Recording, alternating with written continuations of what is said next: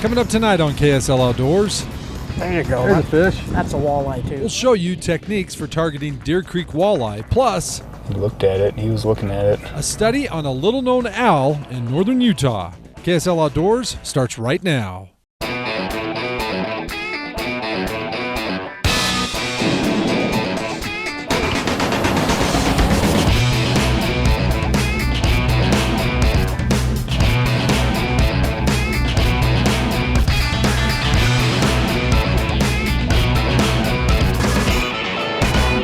KSL Outdoors with Adam Eagle is brought to you by your local Ford stores. Thanks for tuning in to KSL Outdoors. I'm Adam Eagle, along with Pete Milburn from SPORTSMAN'S Warehouse. And Pete, we were looking for just a quick fishing trip, so we came up to Deer Creek, and you said you found the walleye already. We've got the walleye. We got them kind of dialed in. It's a great summer activity. A lot of people don't know that really the best time to fish for walleye is in the summer when they're actively feeding and they're hungry. So we come up here for a quick trip. What, it's 50 minutes from Salt Lake? Yeah. You can have some great walleye fishing. All right, we're going to show you how to rig up and catch some fish. Let's do it. We're going to be using a little swim bait today. This is a Sportsman's Warehouse little swim bait. We sell in the store, relatively inexpensive, great product, and it's been deadly on these walleye this summer. You can tip it with a night crawler, piece of night crawler, whatever, but I just like to spray it with a little of this crawfish bang. All right, give me one of those. We'll try it.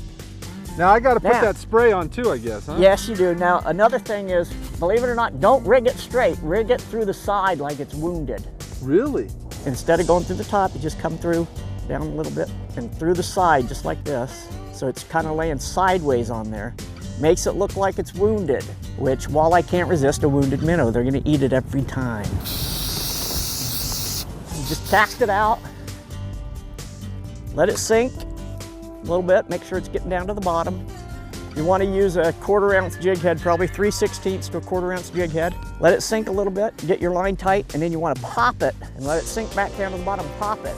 Because what walleye do when they feed is they'll swim through weeds and brush and try to spook up minnows and scare them, and so those minnows will dart up off the bottom, and that's what you're trying to mimic, is the minnow being spooked by a walleye darting up off the bottom, then the walleye will come pick it up. Oh, did you see that one kill it? Did you get him? Yeah. Nice. He absolutely clobbered it. Looks like a pretty good fish. Yeah. Better than the little tyke I caught. Feels pretty good. Let's see. Oh yeah, that's Mr. Wally. Oh, he's a frisk. I told you, it's the oxygen level. They're in when the here. wind kicks up, that oxygen level increases, and Is he right near the bottom, not too far? I tell you what, he clobbered the hell On the out net. of him. Nice fish. That's a good eater. That's a better one.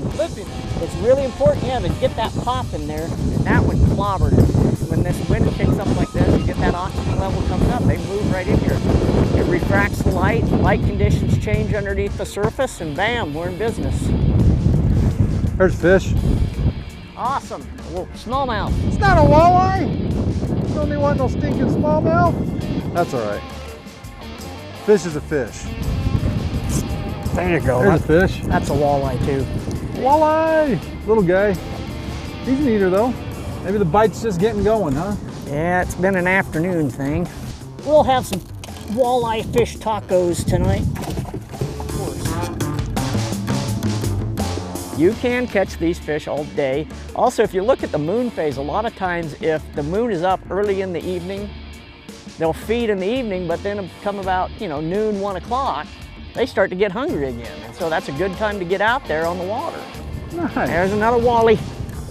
Dog. Why do you think this works so well right now on this size of the swim bait? Do you think there's a lot of minnows right now that are this size? There's all kinds of minnows in here, because you got the smallmouth, largemouth spawned, you got the walleye spawned, the perch have spawned. Yeah. So there's all kinds of different sized minnows, anywhere from, bitty fry to, pretty good sized bass by now. Yeah, we may have to do the bottom bouncing because people who don't have the touch with a jig, like bottom bounce. Yeah, like me. We'll take that one. Oh, I've caught her smallmouth with this technique so far. You want me to hook this on your jig?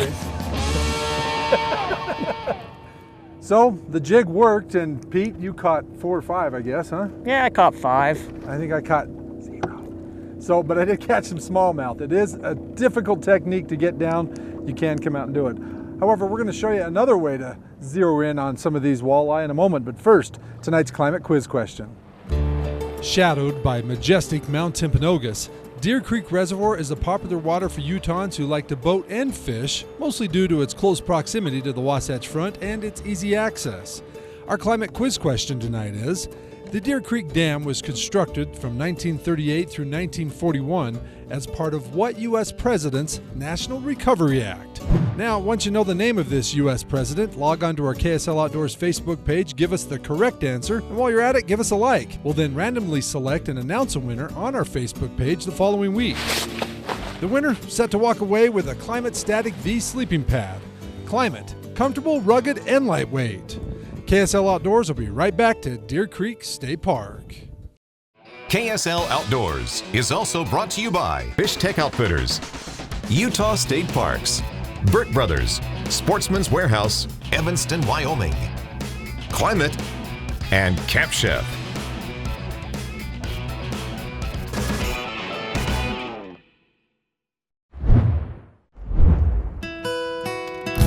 Mr. Walleye, welcome aboard.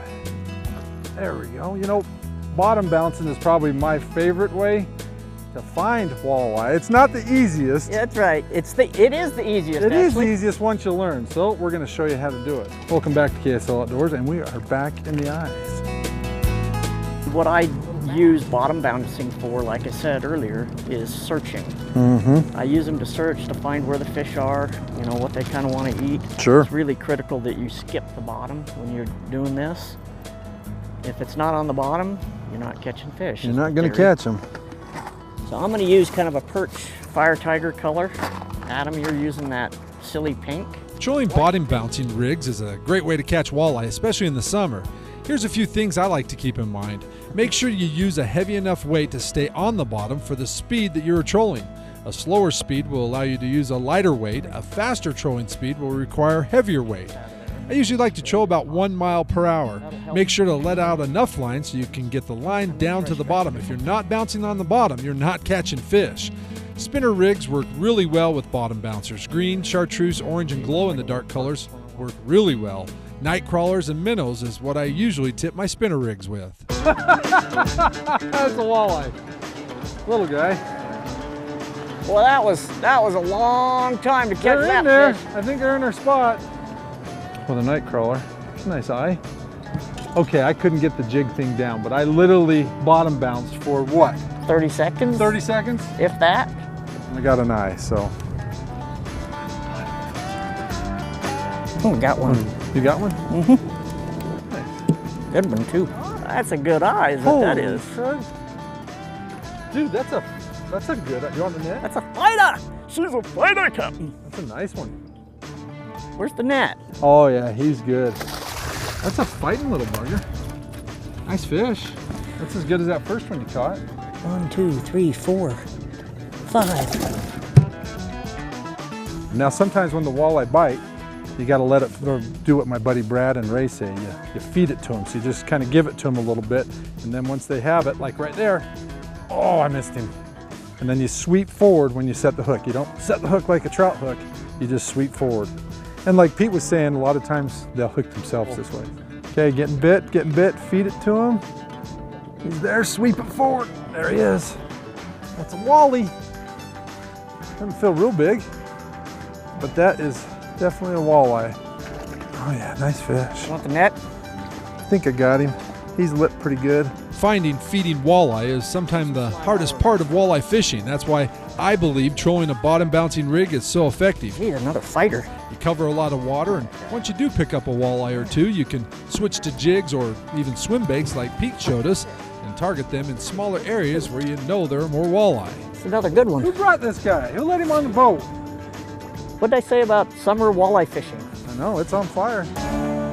Hey, more coming up on KSL Outdoors, but first, time to head over to the guys at Fish Tech for tonight's fishing tip.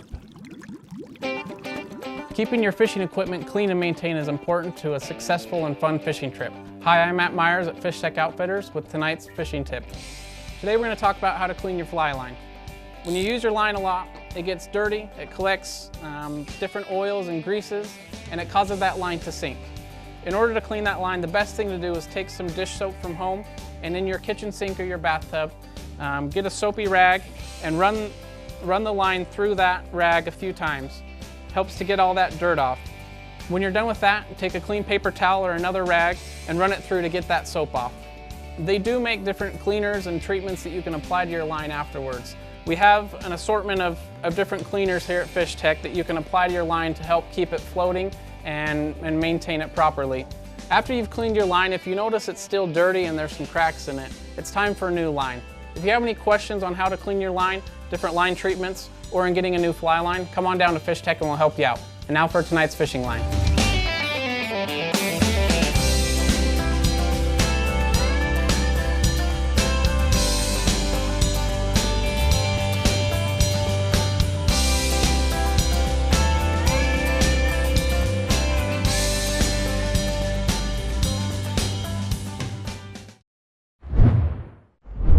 Welcome back to KSL Outdoors. I'm Jared Hargrave. Well, we've moved up to Box Elder County and we're going to try to capture the short-eared owl. The reason we're going to do this is because there's not a whole lot known about how the bird moves through the state of Utah. So HawkWatch International, along with the DNR and the Tracy Aviary, are going to capture one, put a GPS on it so they can figure out where it goes.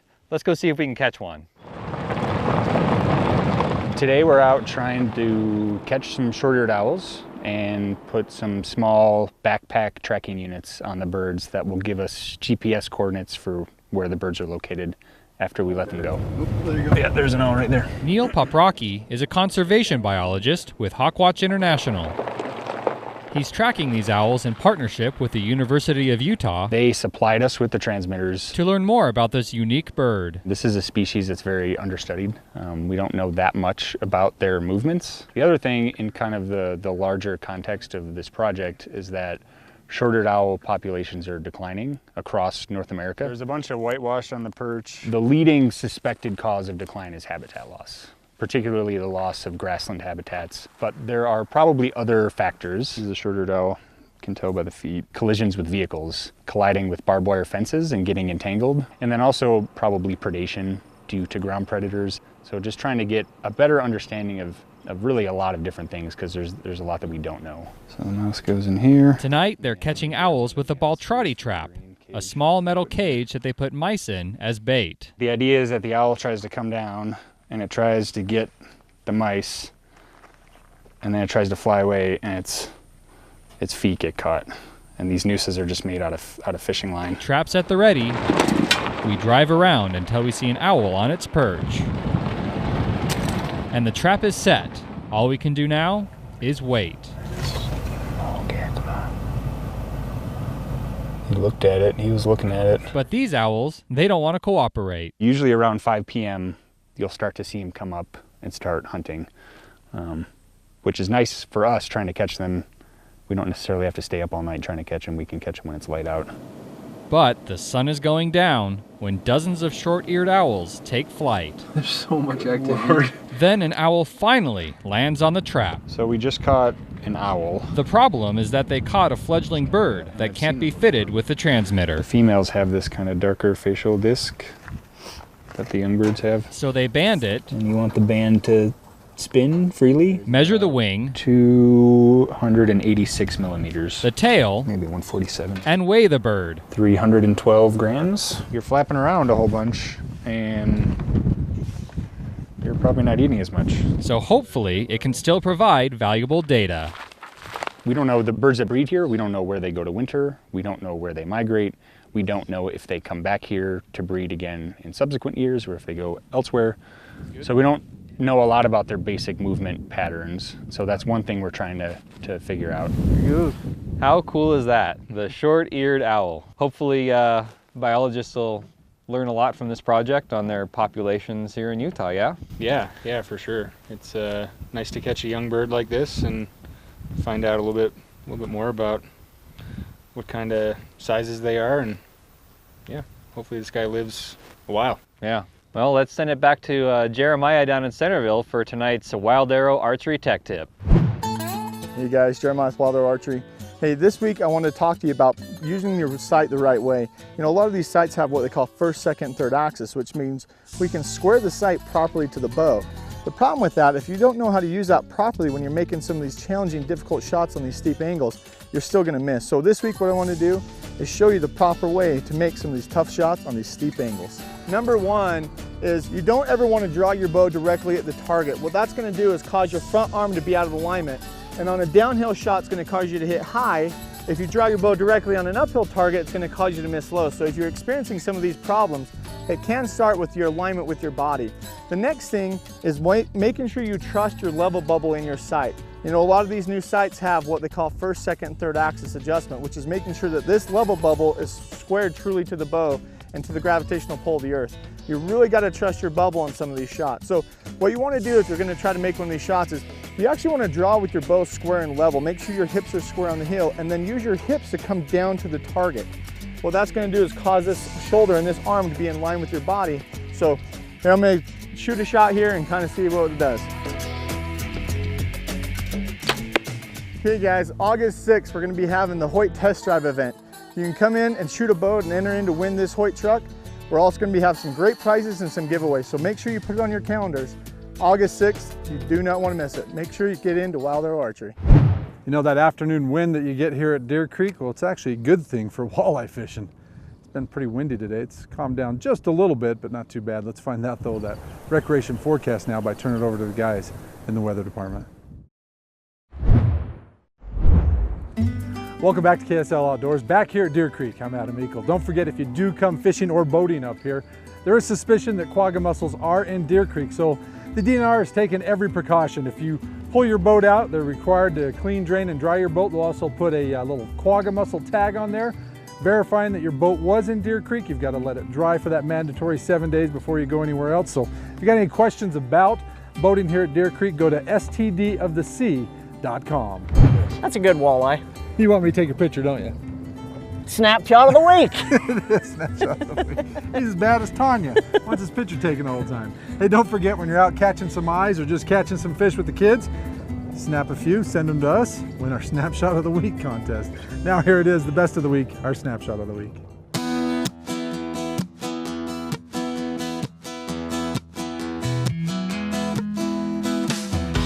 We kick it off with 8-year-old Max and his beautiful Hyuina brook trout.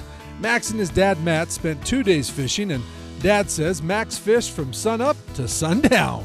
Just when Dad was ready to hit the trail to go home, Max talked him into hiking around to the far side of the lake, and that's when they hit the mother lode. For 2 hours, Dad and son hauled in 20 good-sized brook trout, all on a dry fly. Take a look at this proud kid as he holds up his catch. Ron had a pretty frustrating start to his spring turkey hunt when he decided to park his truck in this ravine. His two buddies, Sean and Derek, stepped in on the last day of the hunt to give him a hand and helped him bag this nice, mature tom. Ron says it was the best day in the turkey field in years, and it all made the repair bill to the truck seem to sting just a little bit less. On a recent trip to Lake of the Woods in Ontario, Canada, Katie finally hooked into a fish of a lifetime below the Russian Norman Dam. Years of muskellunge fishing finally led to her first muskie catch, an incredible 55-incher. Katie couldn't have been happier to release this seasoned fish to fight another day, an unforgettable memory. Tony took this shot of his FJ Cruiser going up the steep and rocky Moab Rim Trail on his last 4x4 trip to Moab. This shot is just before the infamous Z-turn. I've been on this trail, and it's known for its white-knuckle ride. But our winner tonight, at age 11, wrote in and submitted his own entry. This is Trayton Christensen on his first coyote hunt, and as you can see, the kid was successful. Trayton and his dad, Lance, were hunting down in southern Utah and had 3 unsuccessful stands that day, but on the last stand of the day, after a couple of howls, they got a response. Trayton says he was so excited he could hardly stop shaking. And at 50 yards, Dad let out a bark. The coyote stopped, giving Trayton his chance, and the young gun didn't hesitate. A great moment, Trayton. We hope to help you remember, as you just won our Snapshot of the Week. Remember, submit your pictures or video plus an explanation of your latest outdoor adventures online at ksltv.com. The winner each week wins a commemorative 100th anniversary National Parks cast iron Dutch oven and skillet. And now the winner is also entered into our Ford Trucks quarterly Facebook giveaway for a Camp Chef pellet grill. Camp Chef has improved your campsite cooking for 25 years. Let's improve your patio cooking with the Camp Chef pellet grill. Camp Chef, the way to cook outdoors. Well, Pete, I was really impressed with the quality of fish up there. Good food base in Deer Creek. You know, you got the perch, you got little smallmouth, you got crawdads, you Tasty got all rainbows. kinds. Yeah, exactly, everything. There's all kinds of things for them to eat, and you know, they're kind of the top of the food chain, so they select and eat everything that's in the water. I'll say, hey, and it's a good thing that Sportsman's Warehouse was just down the road because we needed them twice today. We did. We left our worms on the kitchen counter. So, and then we lost all of our bottom bouncers. We had to call them again, but they were nice enough. Heber was nice enough to run us out some worms, and then they ran us out some bottom bouncers, so you can't beat that. No, that was a good day on the water. Thanks a lot. Hey, fish tacos, right? Fish tacos, baby. Woo! Good deal. Hey, I'm Adam Eco along with Pete Milburn, reminding you to get out with your family, your friends, and make some memories, like a quick trip to Deer Creek and catch some fish outdoors. We'll see you next weekend. Good night.